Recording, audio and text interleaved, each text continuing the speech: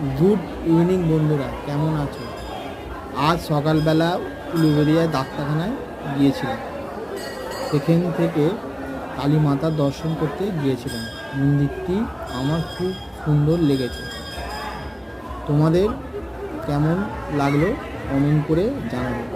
বন্ধুরা, নতুন চ্যানেল বলে তোমরা কেউ সাবস্ক্রাইব করছো না, ভিডিওটা স্কিপ করে চলে যাচ্ছ। দয়া করে চ্যানেলটি সাবস্ক্রাইব করুন ও লাইক করুন। আরও নতুন নতুন ভিডিও নিয়ে আসবো তোমাদের